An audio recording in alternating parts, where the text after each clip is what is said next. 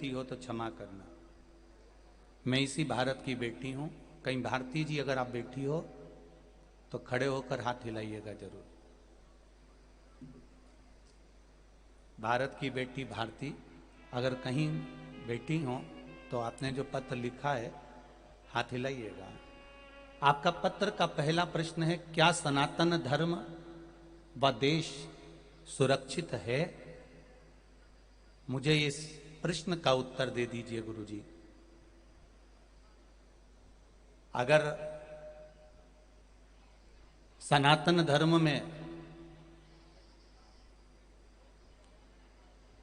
राष्ट्रीय स्वयंसेवक संघ के भाई जैसे जुड़े हुए हैं और बजरंग दल और विश्व हिंदू परिषद जैसा जुड़ा हुआ है इस राष्ट्र के उत्थान में, तो यह सनातन धर्म सुरक्षित है और रहेगा।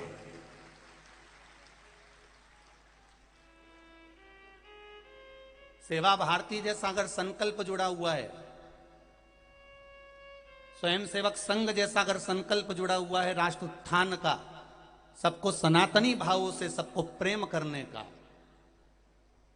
दुनिया के लोग कई कहते हैं कि ये सनातन धर्म के प्रति ऐसा है, इस धर्म को नीचा दिखाना। कभी भी राष्ट्रीय स्वयंसेवक संघ का ये कभी प्ररूप था ही नहीं कि किसी धर्म को नीचे दिखाना है। उनका तो केवल इतना सा कहना रहता है कि जो अपने घर में रह रहे हैं वो सुरक्षित रहें और श्रेष्ठ रहें, बस इससे ज्यादा कुछ भी नहीं। बजरंग दल का भी एक ही नियम है कि जो रह रहा है वो सुरक्षित रहे। विश्व हिंदू परिषद का भी यही कहना है। तो जब तक ये बैठे हुए हैं इस राष्ट्र की डोर को, जब तक ये भारत के लाल संभाले हुए हैं, तब तक मेरा विश्वास कहता है कि ये सनातन धर्म और ये देश सुरक्षित है और निश्चित है कि सुरक्षा इनके साथ में है, उसमें टेंशन नहीं है। मैं भारती बेटी को कहूंगा, आपका प्रश्न बड़ा सुंदर है।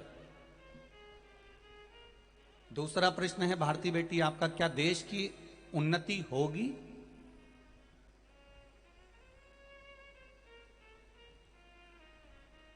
देश की उन्नति, राष्ट्र की उन्नति कब होती है? एक पहले समझ लीजिएगा अच्छे से। पहले के समय में गुरुकुल थे, आज के समय में कॉन्वेंट स्कूल हैं। पहले के समय में गुरुकुल थे, गुरुकुल में और अंग्रेजी स्कूल में क्या अंतर है भारती बेटी? केवल भारत की एक भारतीय बेटी का यह प्रश्न नहीं है, यह संपूर्ण भारतवासियों का प्रश्न होना चाहिए, संपूर्ण भारतवासियों का। क्या देश की उन्नति होगी? उन्नति होगी क्या? उन्नति हो रही है। गुरुकुल और अंग्रेजी पढ़ाई में एक अंतर है। गुरुकुल में जो पढ़ाई होती है, उस गुरुकुल की पढ़ाई जो पहले होती थी, गुरुकुल में जो पढ़ाया जाता था, उसमें किसी का नौकर बनना या दास बनना नहीं सिखाया जाता था। गुरुकुल में जो पढ़ाया जाता था वो राजा बनना सिखाया जाता था। अंग्रेजों ने अपनी पढ़ाई को लाकर इस राष्ट्र में दिया। क्यों दिया? क्योंकि अंग्रेजों को मालूम है अगर सब राजा बन जाएंगे तो हमारा गुलाम कौन बनेगा। इसलिए उन्होंने अंग्रेजी विद्या को लाकर भारत में छोड़ दिया। और अंग्रेजी विद्या को लाकर जब भारत में छोड़ा गया तो यहाँ के लड़के बेटे बेटियां पढ़ लिख कर उन अंग्रेजों की सेवा में जाने लगी। हमें विदेश जाना है, हमें देश में मन नहीं लग रहा, हम विदेश में जाके नौकरी करेंगे। ये गुलामी नहीं तो और क्या है?